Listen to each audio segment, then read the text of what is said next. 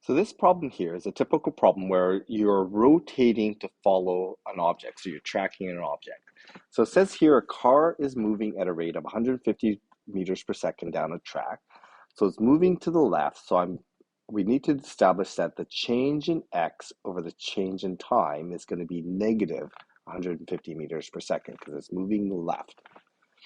So TV camera is positioned 100 meters perpendicularly from the road, from the track. And the car is positioned at the moment 200 meters down the track. And it's moving towards the camera. So what we need to establish is how fast do they have to turn to follow the car? That means we're trying to figure out how fast the angle is changing, or what is d theta by dt, to be able to track that car as it passes by. Okay? So we want to know at the instant the car is in this position. So we need to relate the horizontal positioning to the angle because we want to know d theta by dt. To do that, to relate that horizontal positioning, it is the opposite side of the angle, and we have the adjacent side to the angle. So opposite adjacent, we really have a tangent relationship or tan relationship. So that's our relationship then. We need to come up with the tan relationship, opposite over adjacent equals tan theta. Okay, so once we've done that, we want to find d theta by dt. Okay, to do that, we're going to differentiate this with respect to t. So the derivative of x is going to be dx by dt. Now, I could put the 100 on that side, but I'm just going to leave it over here for now. Okay, if you want the x by itself, you can move it any time you want. So dx by dt is equal to, well, the tangent of the derivative of tan is going to be secant. Okay, or secant squared theta.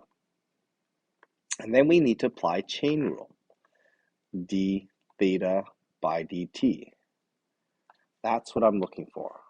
I'm looking for this piece here. So what I need to know is I need to know the dx by dt. Well, I do know that already. Okay, that was given to me.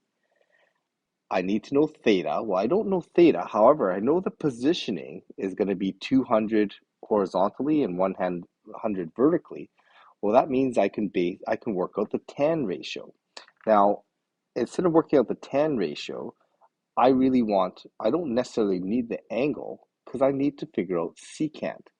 Well, secant is based on ratio, so I actually don't need the angle to find out secant. Okay, so I'm gonna skip finding the angle and just go directly to secant.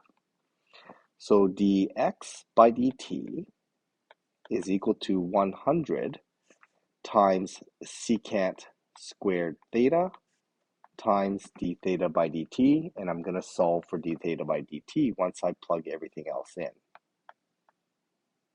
Okay, I'm just going to color code this a little bit. So there's my dx by dt. Okay, so I'm going to plug this in. Negative 150 meters per second is equal to 100. Now, I want to figure out secant squared theta. I want secant theta. So basically, secant theta, I can work out if I have my whole triangle. Well, I can work out this triangle by using Pythagoras. So I end up with 100 squared plus 200 squared. That's going to be 10,000 plus 40,000. That's going to be square root of 50,000, or it's going to be 100 root 5. Okay, so that hypotenuse is 100 root 5. Well, now I can work out secant. Secant is going to be hypotenuse over adjacent. Okay, so I just got to make sure I have my sides correct. The secant is going to be 100 root 5 over 100, and I'm going to square that value. So that represents secant. Okay, so secant theta is going to be that value, the ratio of those two parts, and then squaring that, and then I have the part that I want to solve for, d theta by dt. Okay, so then I can just rearrange this. So negative 150 equals, this is going to be hundreds cancel out. Root 5 squared is 5, so I get 500 times d theta by dt. And d theta by dt works out to be negative 15 over 50 equals d theta by dt. And simplifying that even further, that becomes negative 3 over 10 radians per second. Okay, so this is 0.3, negative 0.3. So the angle is getting smaller by 0.3 radians per second.